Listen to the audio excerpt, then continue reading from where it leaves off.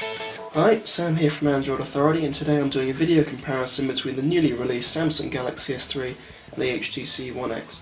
First off, how the phones feel to hold. Both phones are very light. The HTC One X is a unibody design, which gives it a sort of finer finish feel, and the Samsung Galaxy S3 has a removable back, but still feels very smooth to hold regardless. Now I'm going to turn them both on to give you an idea of the boot up time.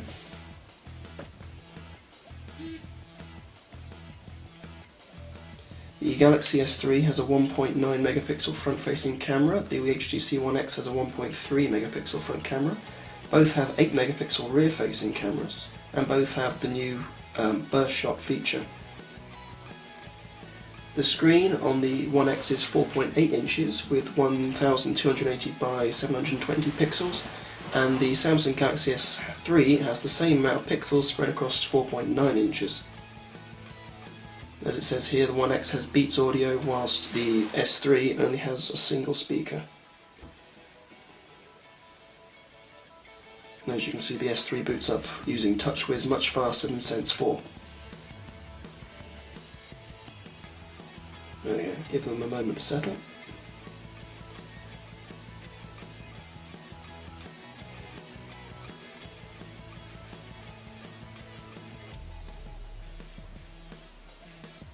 There we go. So an application launch, to give you an idea. Remember, this is a 1.5 GHz quad core and this is a 1.4. One of my favourite apps, Reddit Sync, at the same time. As you can see there, the One X loads slightly faster, but only marginal. Let's try another application, such as the Play Store. Again, the One X loads that little bit faster, but if you're buying a phone for the speed, then these aren't really the phones to compare, since they're both pretty much the same. One thing where the One X is far better is in the sound quality, using the Beats audio system on the rear. This speaker here and this one down here, you get far finer sound quality than you do on the S3.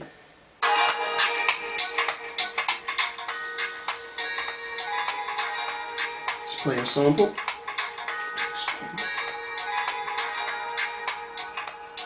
So that's from the One X and this is from the S3.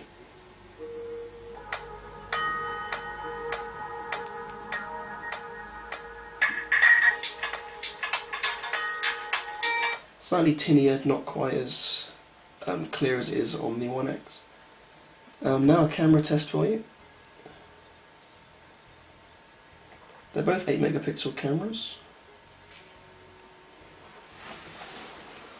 Front facing. There we are. Here's the old S2, the S3's little brother, which something to remark upon, the home key is much nicer than on the new S3. So let's do a landscape photo. Take care of this pattern on the table.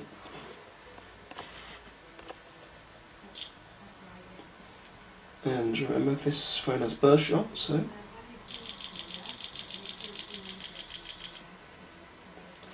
I took about 30 photos in one there.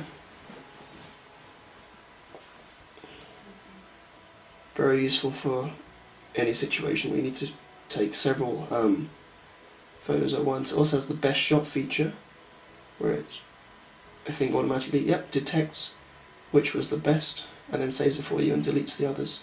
Or does it? Yep, deletes the other ones. Similarly, on the S3, you have a burst shot feature which doesn't rest under the same button on screen as the single shot. You have to select burst shot separately. You can turn on best photo, and as you can see, instead of making the sound, it just takes 8 photos with a progress bar on the bottom. Once it's taken and you click OK, it doesn't choose it automatically for you. It recommends it, but you then still have to select the one which it deems best and click Done to save it.